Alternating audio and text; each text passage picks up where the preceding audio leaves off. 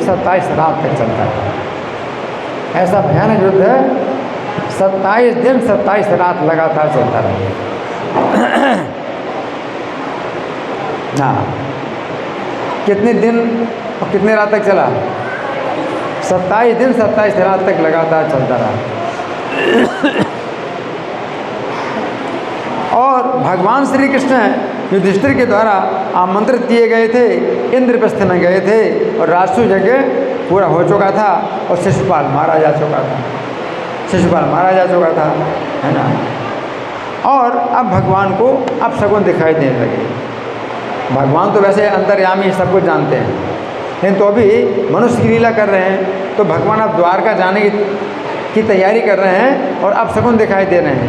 मतलब क्या कि द्वारका में कोई संकट आया। तो भगवान ने अपशकुन देख करके ये अनुमान लगाया कि द्वारका के ऊपर संकट आया हुआ है और श्री कृष्ण द्वारका में नहीं है। अपशकुन दिखाई देने लगे। अतः उन्होंने सब ऋषियों से और अपने पूर्ववंशियों से विदा ली और पांडवों से विदा ली और द्वारका लौट करके आए। भगवान द्वारका आए लौट करके। इसलिए भगवान ने अपने मन में कहा, चूँकि मैं यहाँ अपने बड़े भाई के साथ आया हूँ, तो बलराम जी भी और कृष्ण दोनों इसमें आए हैं, राजसूय यज्ञ में आए हैं। तो भगवान कृष्ण सोच रहे हैं कि बलराम जी भी आ गए, द्वारका छोड़ करके मैं भी आ गया हूँ, है ना। अतः शिशुपाल के पक्ष के जो शत्रु लोग हैं, ये मेरी राजधानी द्वारका में आक्रमण जरूर कर रहे हैं। और वही बात थी, इस साल शिशुपाल के पक्ष का था, शत्रु पक्ष का था। तो शिशुपाल जो है अब इस तरह में 27 दिन 27 रात तक लगातार सोचिए द्वारका के ऊपर हमला कर रहा है। तो भगवान ऐसा बोलते हैं। तब सुखदेव गोस्वामी कहते हैं, द्वारका पहुंचने पर उन्होंने देखा कि कितना विनाश हो रहा है, द्वारका में कितना विनाश कर रहा है ये साल हैं। साल और उसका विमान भी देखा, उसका सौभ नाम का विमान था, बड़ा मजबूत सौभ नाम का विमान, कोई उसको तोड़ नहीं सकता, बड़ा मजबूत लोहे का विमान था। तो भगवान ने देखा कि साल और उसका विमान सौभ नाम का विमान है। तो भगवान ने जो है अब नगर की सुरक्षा की व्यवस्था की और अपने सारथी दारुक से बोला। भगवान के सारथी का नाम क्या है? क्या नाम? जोर से बोलो। दारुक। क्या नाम है? दारुक। भगवान के सारथी का नाम दारुक है। ये जनरल नॉलेज है, ये पता होना चाहिए, जनरल नॉलेज। भगवान के सारथी का नाम क्या है? दारुक। तो दारुक से कहा भगवान ने, अपने सारथी से कहा, हाँ,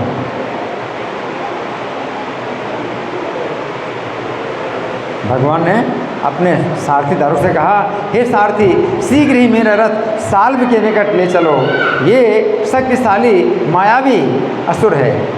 हाँ, तुम इससे विमोहित नहीं होना। असुर लोग जो अपनी माया का प्रयोग करते हैं, अगर अपनी शक्ति से नहीं जीत पाते तो फिर माया का प्रयोग करते हैं। असुरों के पास माया होती है, ये बहुत शक्तिशाली मायावी है। हाँ, तो तुम डरना नहीं, ले चलो। ये तो अपनी माया से क्या करते हैं, ये मतलब शत्रु को डरा देते हैं और शत्रु जब डर जाए तो फिर मार डाले शत्रु। तो ये जो है अपनी माया का प्रयोग करने वाला मायावी है। इस तरह जब आदेश दिया भगवान ने, तो दारुक ने भगवान के रथ की लगाम संभाली और हाँका, और जो ही रथ भूमि में युद्ध भूमि में प्रविष्ट हुआ तो शत्रु मित्र सबकी दृष्टि गरुड़ के ऊपर पड़ी। भगवान के रथ में जो ध्वजा है गरुड़ का चिन्ह है, तो जैसे गरुड़ का चिन्ह दिखाई पड़ेगा तो समझ गए भगवान। दूर से रथ ना दिखाई दे और भगवान भी ना दिखाई दे, सारथी भी ना दिखाई दे, लेकिन दूर से फिर भी क्या दिखाई देता है? ध्वजा। और ध्वजा से पता चल जाता है कि किसका रथ है। भगवान का रथ की ही ध्वजा में गरुड़ जी का चिन्ह है, इसलिए भगवान का नाम, एक नाम क्या है? गरुड़ध्वज। गरुड़ भगवान चलते हैं, कभी गरुड़ के ऊपर चलते हैं, अगर रथ में बैठते हैं तो उनकी ध्वजा में भी गरुड़ का चिन्ह है।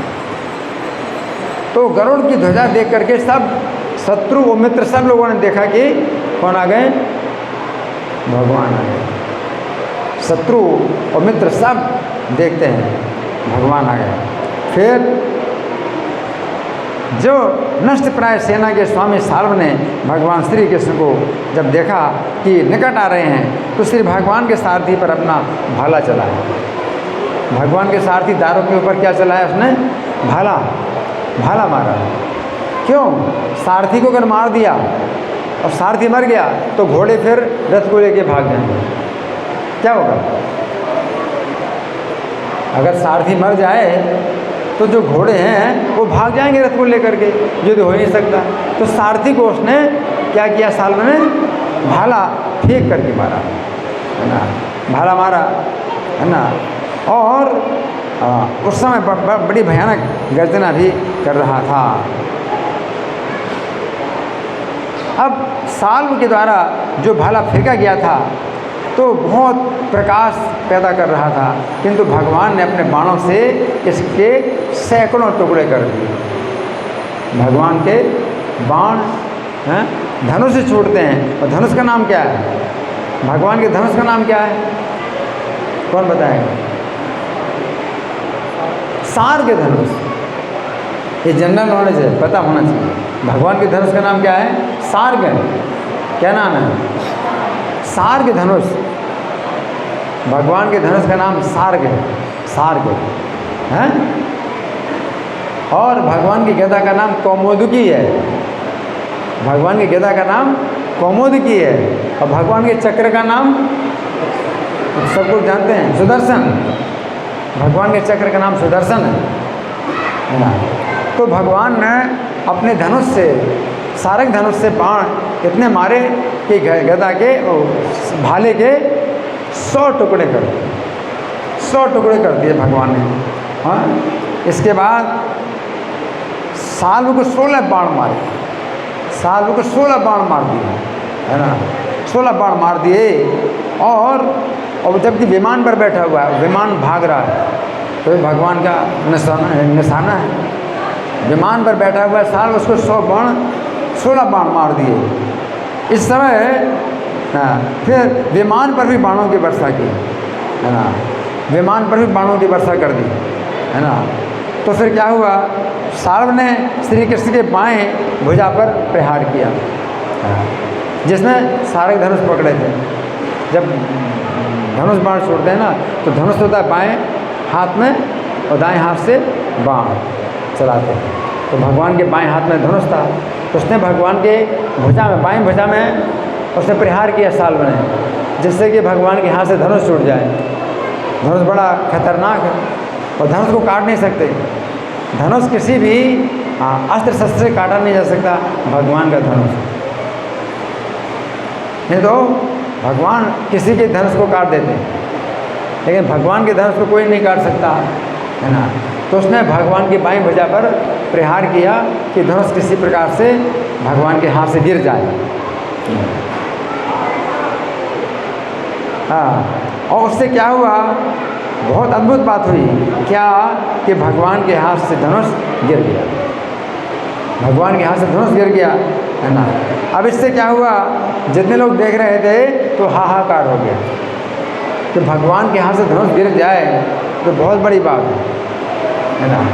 ऐसा लगता ही है कि तो बहुत बड़ी दुर्घटना है, भगवान के हाथ से धनुष गिर गया। शत्रु इतना बलवान है कि भगवान के हाथ से धनुष गिर गया, है ना। तो उस समय क्या हुआ कि हाहाकार करने लगे। और सौंप का जो मालिक था, वो जो साल्व, वो जो है गरज करके भगवान से बोला। अब देखो भगवान ने ये लीला क्यों की? भगवान के हाथ से जो है धनुष गिर गया, तो ये इसका कारण क्या है? भगवान के हाथ से धनुष थोड़ी गिर सकता है। उसको बोलने का मौका देना चाहते हैं भगवान, कि अब ये बोलेगा तो कुछ पता चलेगा कि इसकी भावना कैसी है, ये क्यों आक्रमण कर रहा है, हमारी ओर से क्या कुछ दोष हुआ, किस कारण से ये इसकी भावना क्या है। तो अब उसने अपनी भावना जो है गरज करके चिल्ला करके बोला। वो क्या बोला? अरे मूर्ख, हमारी उपस्थिति में तुमने हमारे मित्र शिशुपाल की मंगेतर का अपहरण किया, क्योंकि रुक्मिणी का विवाह होता है शिशुपाल से होने वाला था कुंडनपुर में, और भगवान जो है रुक्मिणी का अपहरण करके और सबको परास्त करके ले गए। तो भगवान क्षत्रिय हैं, और क्षत्रियों के लिए प्रशंसा की बात होती है कि विवाह के पहले भी अगर वधू का वो हरण कर लें विवाह के पहले, और अपने बल प्रयोग से सब शत्रुओं को परास्त कर दें, तो प्रशंसा की बात होती है। तो रुक्मिणी का अपहरण किया भगवान ने, और शिशुपाल से विवाह होने वाला था, और सब शत्रु राजाओं को परास्त करके रुक्मिणी को ले गए। तो प्रशंसा की बात। अब साल इसी आक्रोश में जो है ये द्वारका को नष्ट करने के लिए आया। तो उसने बता दिया अपना भाव कि भाई मेरा इरादा ये युद्ध, ये जो आक्रमण का इरादा क्यों है, मतलब कारण क्या है, मैं आक्रमण कर रहा हूँ। तो क्या बोला कि हमारे सामने तुमने हमारे मित्र शिशुपाल की मंगेतर का अपहरण किया है, बोल रहा है, और जब वो सतर्क नहीं था तो सभा में तुमने उसकी हत्या कर दी, इसलिए अपने तेज बाणों से तुम्हें ऐसे लोक में भेजूंगा जहाँ से लौटना नहीं होता है। भगवान तो खुद कहते हैं कि मैं ऐसे स्थान में रहता हूँ जहाँ कोई आता है तो लौट करके नहीं आता, तो वो भगवान को कहता है मैं तुमको ऐसे स्थान में भेजूंगा जहाँ से कोई लौट करके नहीं आता। तो भगवान को खैर उसके कहने का मतलब था मौत, मैं तुमको मौत दूंगा। तो जो मर जाता है तो दोबारा जीवित होता नहीं, उसके ये कहने का मतलब कि तुमको ऐसे लोग में भेजूंगा जहाँ से लौट कर कोई नहीं आता, मतलब जो मर जाए तो जहाँ भी जाएगा अब वापस जिंदा थोड़ी होगा। तो भगवान को वो मनुष्य मान करके वो कहता है कि तुमको मैं यमलोक में भेज दूंगा, यमलोक में जो गया तो वापस नहीं आता। तो भगवान को बोल रहा है मैं तुमको यमलोक में भेजूंगा।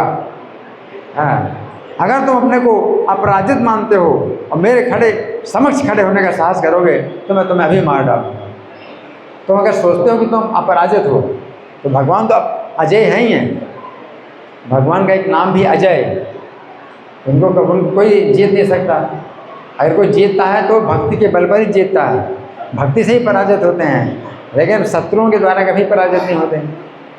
तो वो कहता है अगर तुम अपने को समझते हो कि तुम अजय हो तो मेरे सामने खड़े रहो, साहस करो, तो मैं तुम्हें मार डालूंगा। तो उसके मुंह से जो है भगवान ये निकलवाना चाहते थे, हैं, इसलिए भगवान ने अपने हाथ का धनुष गिरा दिया जिससे कि वो बोले कि भाई क्यों, क्या कर रहा है, क्यों कर रहा है। अब श्री भगवान बोले मूर्ख, तू व्यर्थ डींग मारता है और अपने निकट खड़ी मृत्यु को नहीं देख पा रहा। असली वीर कभी अधिक बातें नहीं करते बल्कि कार्य करके अपना पौरुष दिखाते हैं। तू बोल रहा है ना, लेकिन वीर लोग जो है बोलते नहीं हैं बल्कि करके दिखाते हैं। उसको जो है भगवान ने ऐसी चुनौती दी। इस प्रकार कह करके भगवान ने अपनी गदा घुमाई, हैं, अपनी गदा को घुमा करके और उसके कंधे की हड्डी में मारी, जत्रु यहाँ पर हंसली, कंधे की हंसली में मारी, हैं, जिससे छटपटा उठा और खून की उल्टी करने लगा। भगवान की गदा से यहाँ पर ऐसा उसको चोट लगी कि खून की उल्टी करने लगा, लेकिन भगवान की गदा जो है वापस आ गई भगवान के पास। कि भगवान के जो आयुध हैं वे सब कैसे हैं, जड़ नहीं हैं, चेतन है। जैसे चक्र होता है भगवान का तो शत्रु को मार करके वापस आ जाता है भगवान के पास, उसकी गदा भी उसको मार करके वापस आ गई भगवान के पास। लेकिन कोई भी ऐसी गदा नहीं है, कोई चक्र नहीं है कि मारो तो फिर जो है वापस आए। भगवान क्या है, हाँ, तो क्या हुआ, भगवान के पास वापस आ गई और साल्व जो है अब ओझल हो गया कि माया भी है। अब उसने देख लिया कि मैं जीत नहीं पाऊंगा, अब तो मारा जाऊंगा, अब तो मारा जाऊंगा। तो क्या किया उसने, अंतर्धान हो गया, अंतर्धान हो गया। हाँ, और फिर अब देखो उसकी माया कितनी, मतलब उसकी माया का जो है कितना खेल है कि एक व्यक्ति जो है भगवान के पास आया, वो भी माया से ही उसने ऐसी माया रची। एक व्यक्ति भगवान के पास आया, भगवान के पास आया और नतमस्तक होकर के कहा मुझे देवकी ने भेजा है और देवकी रोती है और ऐसा संदेश भेजा है मेरे पास, आपके पास। देवकी रो रही हैं और देवकी ने मुझे भेजा है, ये संदेश लेकर के भेजा है। हाँ, देवकी ने कहा, हे कृष्ण, हे कृष्ण, हे अपने माता पिता के प्रिय, साल्व आपके पिता को बांध कर ले गया है, जैसे कसाई किसी पशु का वध करने के लिए ले जाता है। देखो ड्रामा, माया से उसने ऐसा ड्रामा कर दिया जबकि कुछ भी नहीं हुआ है। लेकिन भगवान के पास एक व्यक्ति, वो भी माया से ही, मतलब उसने सब माया ऐसी रची। एक व्यक्ति ऐसा बोला कि देवकी, आपकी माता देवकी ने मुझे आपके पास भेजा है, संदेशा भेजा है कि साल्व जो है आपके पिता को उसी प्रकार बांध करके ले गया है जैसे कसाई पशु को बांध करके ले जाता है। भगवान से ऐसा बोला। तो ये अप्रिय समाचार सुन करके भगवान भी मनुष्य की लीला कर रहे हैं। भगवान के सामने किसकी माया चलेगी? ये भगवान मनुष्य की लीला कर रहे हैं। तो मनुष्य की लीला में भगवान जो है बहुत मतलब वो हो गए, मतलब उदास हो गए। भगवान उदास हो गए, चिंतित हो गए हैं, और माता पिता के प्रति प्रेम बस उन्होंने इस प्रकार से शब्द बोले। भगवान क्या बोले कि बलराम जी तो सतर्क रहने वाले हैं, मैं बलराम जी को छोड़ के आया हूँ द्वारका की रक्षा के लिए, तो बलराम जी सतर्क रहने वाले हैं और कोई देवतासुर बलराम जी को पराजित नहीं कर सकता। फिर ये जो क्षुद्र साल्व है, तुच्छ है, ये बलराम जी को पराजित करके मेरे पिता का अपहरण कैसे कर सकता है? पता नहीं, भाग्य ही अपना कुछ ऐसा हो गया। तो भगवान के बोले, भाग्य का ये दोष है कि मेरे पिता को फिर भी ले गया, जबकि बलराम जी सुरक्षा कर रहे हैं। तो मनुष्य की लीला कर रहे हैं भगवान, है ना। इस प्रकार से भगवान जब बोले तो सामने जो है, अब ये जो साल्व है ये प्रकट हुआ, अंतर्धान था ना, प्रकट हुआ और वसुदेव जी को लिए हुए।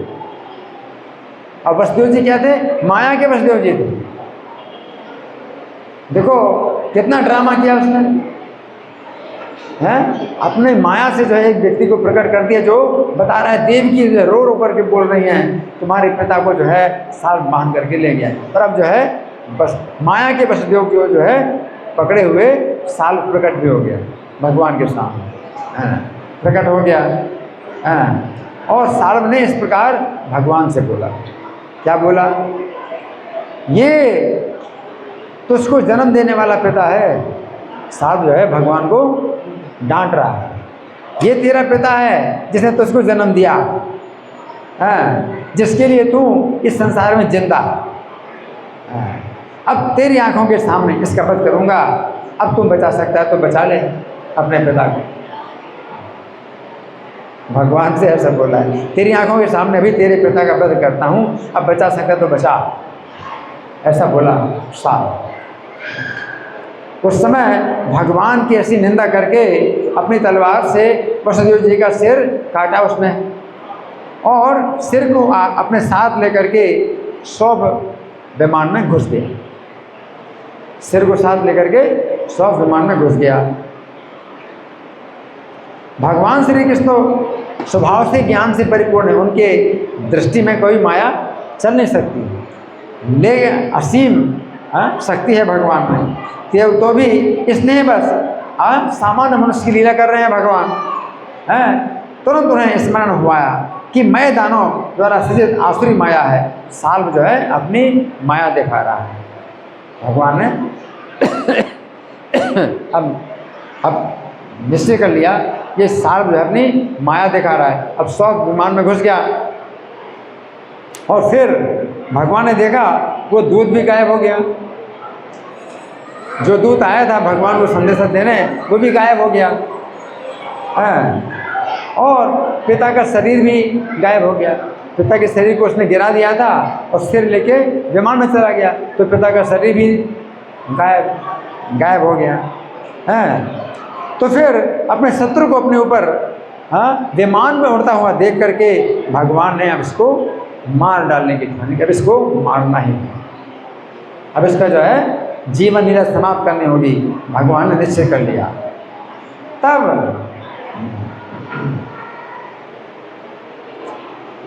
भगवान जो है फिर क्या करते हैं,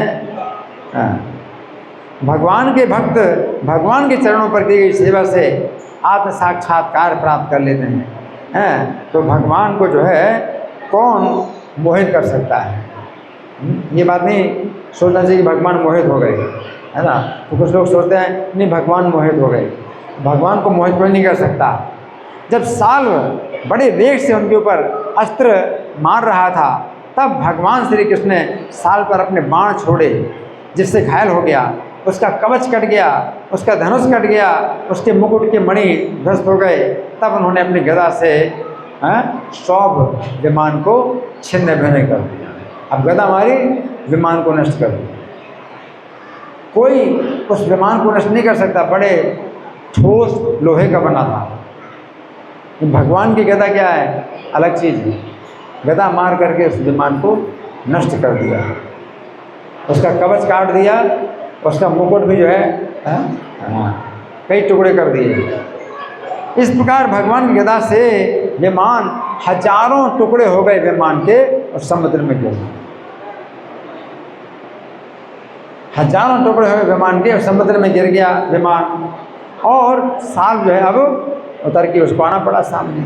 अब क्या करे? अब उसकी रक्षा नहीं हो सकती। विमान खत्म हो गया, अब कहाँ जा सकता है? अब वहीं पर आ गया, है ना। पृथ्वी पर खड़ा हो गया, अपनी गदा उठाई और भगवान की ओर दौड़ा।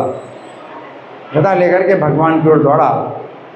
जब भगवान की ओर दौड़ा तो भगवान ने एक भाला छोड़ा, उसकी एक भुजा काट डाली। जो गदा लेकर के लिए था उस गदा को हाथ के साथ काट दिया। गदा गई, हाथ भी चला गया। इसके बाद श्री कृष्ण ने अपना सुदर्शन चक्र उठाया, जो कि प्रलय काल के सूर्य के जैसा था, और श्री हरि ने चक्र के द्वारा इस मायावी के सिर का जो है अलग कर दिया। सिर कुंडल और मुकुट के साथ अलग कर दिया। इस प्रकार साल्व के जितने अनुयायी थे वो सब हाय हाय करके चिल्लाने लगे। अब पापी साल्व के मर जाने से, उसके सौभ विमान के नष्ट हो जाने पर देवताओं द्वारा बजाई गई दुंदुभियों से आकाश गूंज उठा। तो भगवान अगर युद्ध करें तो कौन नहीं देखेगा? आकाश में देवता लोग इसी बात की प्रतीक्षा करते हैं कि भगवान कब युद्ध करेंगे और हम भगवान के युद्ध देखें। आकाश से जो है देवता लोग देखते हैं, दुंदुभियाँ बजाई आकाश में, तब अपने मित्र की मृत्यु का बदला लेने की इच्छा से दंतवक्र बहुत कुपित होकर भगवान पर आक्रमण करता है। अब दंतवक्र भी एक बहुत बड़ा शत्रु है भगवान का। साल मारा गया, अब दंतवक्र जो है बहुत बड़ा शत्रु है। ये दंतवक्र जो है भगवान की बुआ का लड़का है। भगवान की 5 बुआ हैं। एक बुआ कुंती है, जिनके 5 जो है 5 पांडवों पुत्र हैं, और एक बुआ है जिसका पुत्र शिशुपाल है, भगवान के बुआ का लड़का, वो भगवान का शत्रु है। और एक बुआ और है जिसका पुत्र दंतवक्र, ये भी भगवान का शत्रु है। ये साल्व दंतवक्र, ये दोनों 3 जन्मों के शत्रु हैं भगवान के। पहले जन्म में हिरण्यकशिपु और हिरण्याक्ष, दूसरे जन्म में रावण और कुंभकर्ण थे, तीसरे जन्म में शिशुपाल और दंतवक्र। अब दंतवक्र जो है, तो शिशुपाल को मार दिया भगवान ने तो बहुत कुपित था, तो साल्व को भी मार दिया भगवान ने, बहुत कुपित हुआ। तो दंतवक्र जो है, तो चूंकि शिशुपाल मारा गया, साल्व मारा गया और पौंड्रक भी मारा गया। पौंड्रक जो है अपने को भगवान बोलता था और भगवान को संदेशा दिया कि असली भगवान मैं हूँ और तुम अपने को भगवान कहलाना बंद कर दो और नहीं तो मुझसे युद्ध करो। तो पौंड्रक का भी भगवान ने कर दिया, तो पौंड्रक भी मारा गया। तो दंतवक्र जो है बहुत दुष्ट है, बहुत दुष्ट है, और युद्ध भूमि आया अकेला पैदल और हाथ में गदा लिए और पृथ्वी को हिला रहा है चलते। इसके पास सेना नहीं है। दंतवक्र जो है ये उसी प्रकार है जैसे कि रावण और हिरण्याक्ष। हिरण्याक्ष भी जो है, जो हिरण्यकशिपु का भाई था, अकेला ही युद्ध करता था। हिरण्याक्ष, हिरण्यकशिपु तो जो है असुरों को इकट्ठा करता था, अपने पक्ष में करता था और राज्य चलाता था। तो ये हिरण्यकशिपु की कला थी। लेकिन हिरण्याक्ष अकेले युद्ध करता था बिना सेना के, तो वो बराह भगवान के हाथों मारा गया। फिर अगले जन्म में ये कुंभकर्ण बना। तो रावण जो है राक्षसों का राजा था, राक्षसों को अपने पक्ष में रखता था। ये कुंभकर्ण अकेला युद्ध करता था।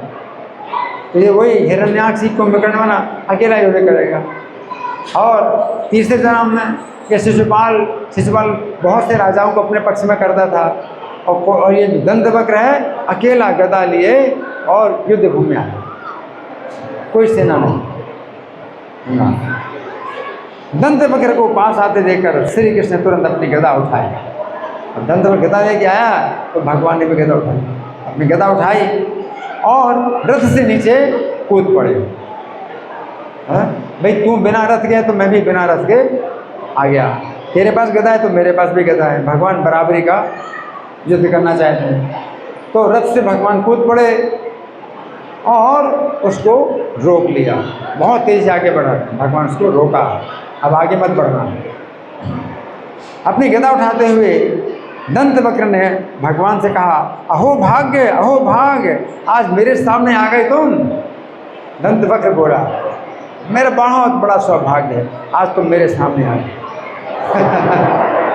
वो सोच रहा है कि मेरे सामने अभी तक तुम आए नहीं थे, इसीलिए बचे हो, अब आज मेरे सामने आ गए, बड़े भाग्य की बात है, ऐसा बोल रहा है वो। आज तुम मेरे सामने आ गए। हे कृष्ण, तुम मेरे ममेरे भाई हो। हे कृष्ण, तुम मेरे ममेरे भाई हो, कि माता के भाई के पुत्र, तुम मेरे ममेरे भाई हो। किंतु तुमने मेरे मित्रों के साथ में हिंसा की है, मेरे मित्रों को मारा है, मेरे मित्रों को मारा है, और अब तुम मुझको भी मारना चाहते हो। अच्छा, अब तुम मुझको भी मारना चाहते हो। मूर्ख, अपनी वज्र की गदा से तुझको मारो। हे मूर्ख, अब अपनी वज्र जैसी गदा से तुझको मार डालूंगा। मैं अपने मित्रों का कृतज्ञ हूँ। अब वो मैं मारे गए तो मेरे ऊपर उनका ऋण है, तो मैं अपने मित्रों का कृतज्ञ हूँ, इसलिए तुम्हें मारकर उनके ऋण से ऋण हो जाऊँगा। अपने मित्रों के ऋण से मुझे ऋण होना है, क्योंकि मेरे मित्रों को तुमने मारा है, तो वो ऋण मेरे ऊपर चढ़ा हुआ है। जब तुमको मार दूंगा तो मेरे मित्रों का ऋण मेरे ऊपर नहीं रहेगा, अपने मित्रों का ऋण उतार दूंगा तुमको मार करके, बोला ना। और तुम जो है हमारे संबंधी हो, लेकिन संबंधी किस प्रकार के हो, जैसे शरीर की में ही अपना रोग हो जाए। मान लीजिए हाँ, आपकी उंगली में कुछ ऐसा रोग हो गया कि फिर पूरे शरीर में ही वो विष फैलेगा, उंगली को काटना पड़ता है ना। उसी प्रकार से तुम भी हमारे हो तो परिवार के, लेकिन तुम हमारे जो है मित्रों को तुम मारते हो, तो उसी प्रकार है जैसे उंगली में विषैली हो जाए तो उंगली को काट देना चाहिए, उसी प्रकार मैं तुम्हारा भी वध करूँगा। दंतवक्र बोल रहा है।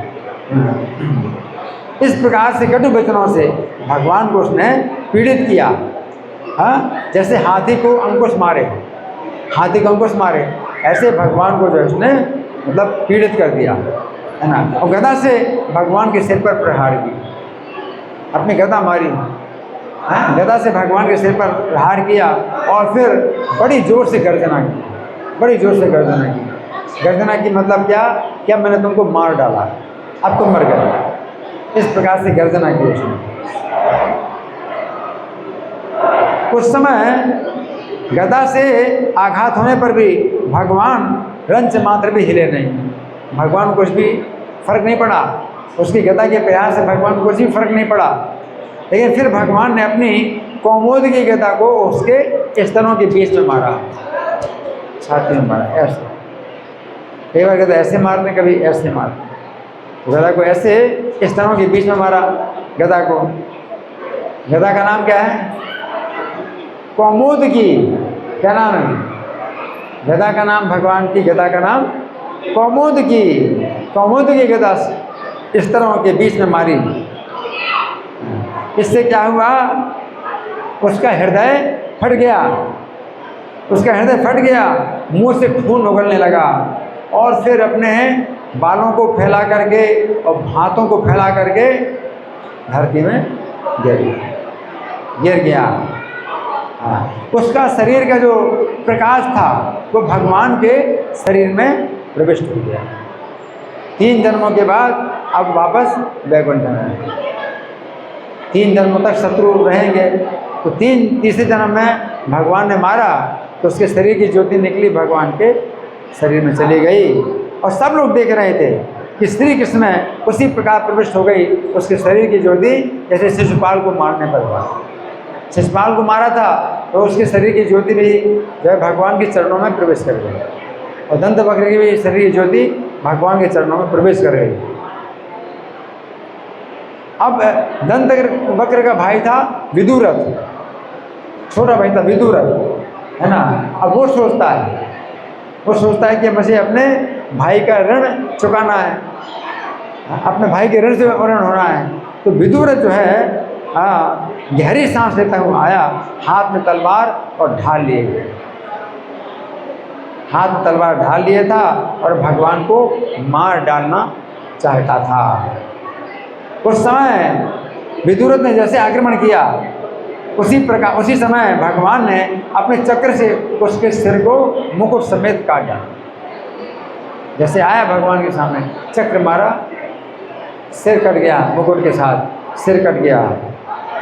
इस प्रकार साल का भगवान ने वध किया, उसका विमान नष्ट किया। बहुत बड़ी बात है, साल को मारना, साल के विमान को नष्ट करना बहुत बड़ी बात है।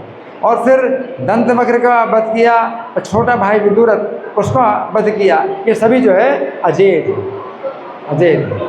महाभारत युद्ध में अगर ये होते तो पांडवों की बड़ा भारी पड़ता। भगवान ने पहले ही मार दिया, साल को मार दिया, शिशुपाल को मार दिया, दंतवक्र को मार दिया, विदुरथ को मार दिया। अगर ये जिंदा होते महाभारत युद्ध में तो बड़ा मुश्किल हो जाता। भगवान इनको मार दिया। इस प्रकार देवताओं, मनुष्यों, सिद्धों, गंधर्वों, विद्याधरों ने भगवान की प्रशंसा की। सबका जो है इसमें कल्याण हुआ। ऐसे असुर हैं, इतने दुष्ट हैं, सबको सताते हैं, तो सबका कल्याण हुआ। सब लोग इनका यशोगान कर रहे थे, यक्ष लोग, किन्नर लोग, चारण लोग और विद्याधर, गंधर्व, सिद्ध, ये सब लोग भगवान का गुणगान करने लगे और पुष्पों की वर्षा करने लगे। और भगवान जो है अपनी राजधानी में प्रवेश हुए, द्वारका में प्रवेश किए। अब भगवान काफ़ी समय से द्वारका से निकले थे, 27 दिन 27 रात तो युद्ध हुआ और उससे भी पहले भगवान द्वारका से गए हुए थे। तो अब द्वारका में प्रवेश किया भगवान ने, कितने लोगों को मार करके हैं, और अब द्वारका वासियों ने उनका स्वागत किया।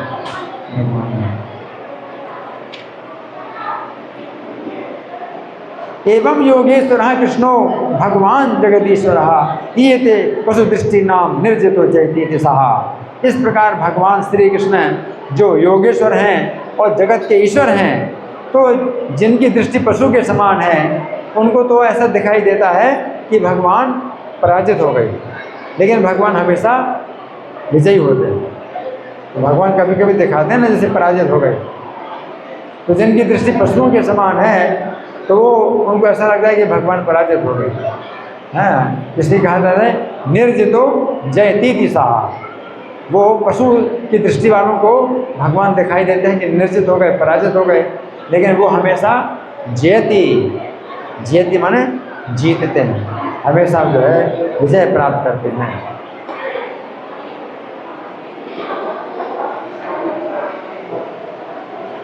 इस प्रकार से ये कथा हमने सुनी। अभी कथा तो और भी आगे है, कथा का तो कोई अंत ही नहीं है, लेकिन जितनी कथा हमने सुनी है इस संबंध में आप लोगों की ओर से कोई प्रश्न है, कोई चर्चा है, कोई मंथन है, या मैं प्रश्न करूँ? मैं प्रश्न करूँ? ठीक है, मैं प्रश्न कर रहा हूँ। तो शिशुपाल का जब विवाह होने वाला था रुक्मिणी महारानी से, है, तो भगवान ने रुक्मिणी का अपहरण किया। भगवान ने रुक्मिणी का अपहरण किया, है। तो विवाह के समय भगवान रुक्मिणी का अपहरण करते हैं, तो ये कहाँ तक उचित है, धर्म है या धर्म के विरुद्ध है, क्या इसका उत्तर है? भगवान ने रुक्मिणी का अपहरण किया तो ये कहाँ तक धर्म के अनुसार है या धर्म के अनुसार नहीं है, कौन बताया? रुक्मिणी का विवाह हो रहा है साल्व के साथ। हाँ जी,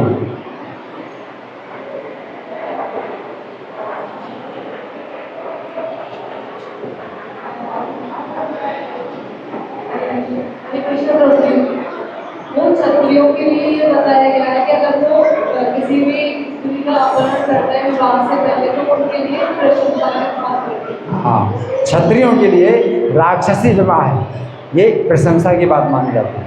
ये राक्षसी विवाह होता है, राक्षस विधि से विवाह किया भगवान रुक्मिणी के साथ, तो राक्षसी विवाह भी जो है प्रशंसा की बात मानी जाती है। विवाह के पहले क्षत्रिय जो है अगर कन्या का अपहरण बलपूर्वक कर ले और फिर अपने बल से सब शत्रुओं को पराजित कर दे तो प्रशंसा की बात है। और ये जो भगवान ने ऐसा जो कार्य किया कि रुक्मिणी का उस समय अपहरण किया जब शिशुपाल के साथ विवाह होने वाला था, इसका कारण पिछले जन्म का बदला, पिछले जन्म का बदला। क्योंकि शिशुपाल पिछले जन्म में कौन था? रावण था। और श्री कृष्ण पिछले जन्म में कौन थे? राम। तो राम की सीता का रावण ने अपहरण किया था, उसका बदला भगवान ने इस तरह से किया, विवाह के पहले किया।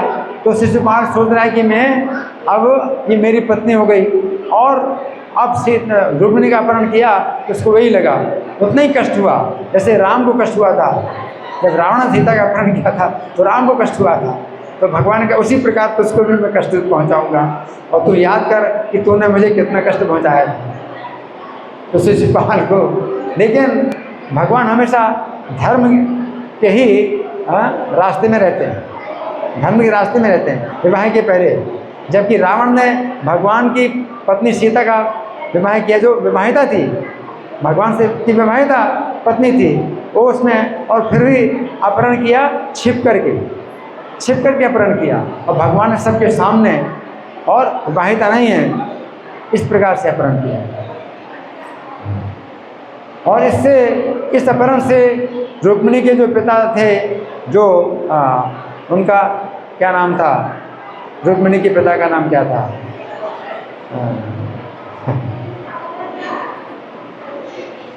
रुक्मिणी के भाई, रुक्मिणी के पिता, अभी याद नहीं है। रुक्मिणी के पिता का नाम क्या था? राजा भीष्मक। हाँ, राजा भीष्मक। हाँ, भीष्मक थे राजा। तो उनको खुशी हुई, क्यों? क्योंकि वो चाहते थे किसका विवाह रुक्मिणी के साथ। और जब रुक्मिणी ने गुप्त पत्र भेजा, गुप्त संदेश भेजा भगवान को कि आप मेरा अपहरण कर लीजिए,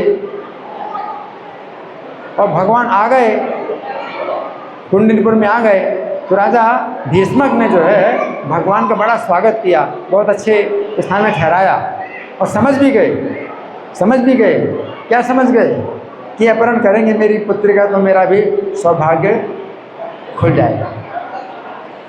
लेकिन ये सब उन्होंने घटना खोल के नहीं बताया, किसी इस बात को खोला नहीं उन्होंने। कृष्ण आ गए, बलराम जी भी आ गए हैं, बलराम जी सेना भी आ गई, सबको ठहराया, बड़े आदरपूर्वक ठहराया। कुंडलपुर के वासी भी जब भगवान का दर्शन करते हैं तो अपने सौभाग्य के लिए जो है प्रार्थना करते हैं कि ये अगर रुक्मिणी का अपहरण करके ले जाएं तो हमारा जो है सौभाग्य खुल जाएगा। सब प्रजा, कुंडलपुर की पूरी प्रजा यही मना रही है कि अगर ये जो है रुक्मिणी का अपहरण कर लें तो हमारा जो है सौभाग्य खुल जाएगा। सब लोग मना रहे हैं। तो कृष्ण अगर रुक्मिणी का अपहरण करेंगे, और शत्रु राजा लोग भी जो है बहुत अपनी तैयारी करके आए थे कि कृष्ण रुक्मिणी का अपहरण जरूर करेंगे। इसलिए खूब जो है सेना और पूरी तैयारी और अस्त्र शस्त्र सब लेकर के सब इकट्ठे हुए। सौभाग्य प्राप्त हुआ। और उस समय रुक्मिणी ने जो है गुप्त संदेश भेजा था कि आप अपहरण करना तो शत्रुओं को मारना, ये हमारे घर के लोगों को नहीं मारना। और ये बताया था कि आप ऐसे समय पर मेरा अपहरण करना जब मैं जो है वो पूजा के लिए जाऊंगी, देवी की पूजा के लिए जाऊंगी, उस समय अपहरण करना। तो उस समय हमारे जो है घर के लोग कोई मतलब युद्ध में नहीं भाग लेंगे, आप अपहरण कर लेना। तो भगवान ने अपहरण कर लिया और फिर धीरे धीरे चले शत्रुओं को मौका देने के लिए कि आ जाओ, अगर आना है हिम्मत है आ जाओ। और सब शत्रु इकट्ठे आए और भगवान जो है सब शत्रुओं का पराजित करके भगवान ले गए, रुक्मिणी को ले गए।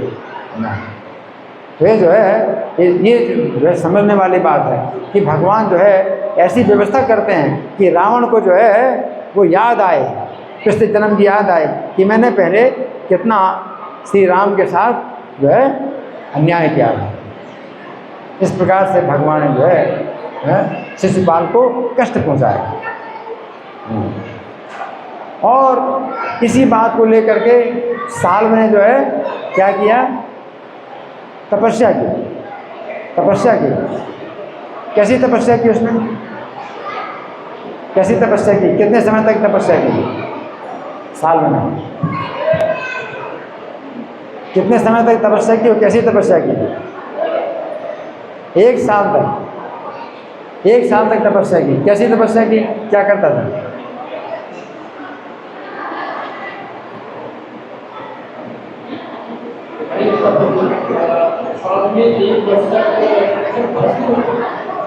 हाँ, 1 मुट्ठी राख, ना खाता ना पीता, ना पानी पीता ना भोजन करता, 1 मुट्ठी राख।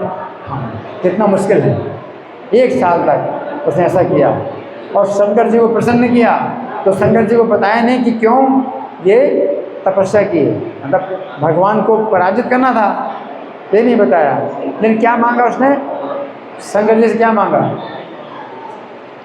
कौन बताए?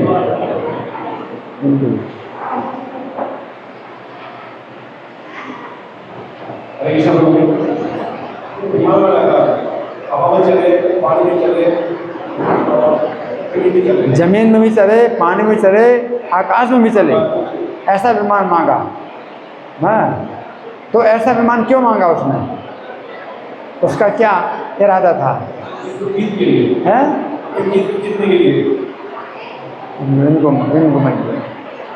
द्वारका जो है वो पानी के चारों तरफ मतलब बीच में है और चारों तरफ समुद्र। द्वारका में भगवान रहते हैं, पहले मथुरा में थे, तो मथुरा में ये लोग बहुत आक्रमण करते रहते थे।